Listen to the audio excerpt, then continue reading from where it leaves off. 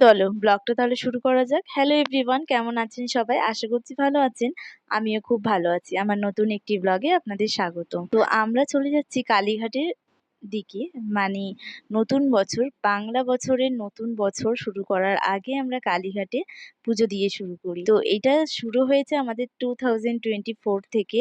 তোমরা আগের বছর ভিডিওটা দেখেছো, আমরা কালীঘাটে এসেছিলাম, তখন মা বাবা দিদি সবাই সঙ্গে ছিল। আর এবারে এসেছি আমি, কাকা কাকিমা আর বোনরা মিলে। তো আমরা এই কজন মিলে কালীঘাটে পুজো দিতে চলে এসেছি, যেহেতু নতুন বছর শুরু করব।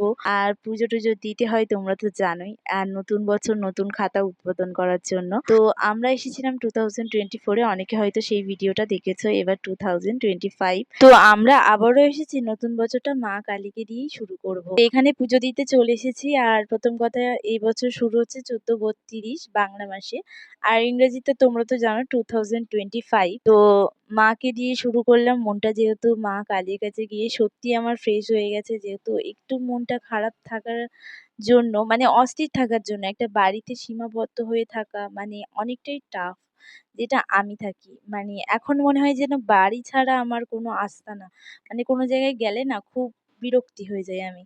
বাড়িটা আমার কাছে শান্তি, কিন্তু মা কালীর কাছে এসে তো আরো শান্তি, মনটা একটু ফ্রি করার জন্য।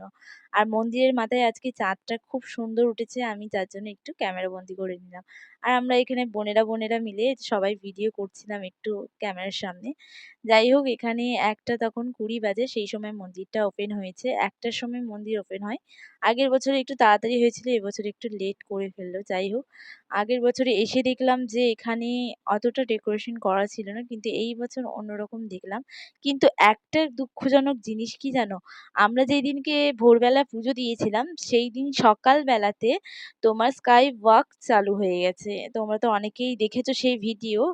কালীঘাটে যাওয়ার জন্য স্কাই ওয়াক চালু হয়ে গেছে, সেখান থেকে তো আমরা যেতে পারলাম না, কারণ সেই দিন নাকি 10টার সময় ওপেন হয়েছে।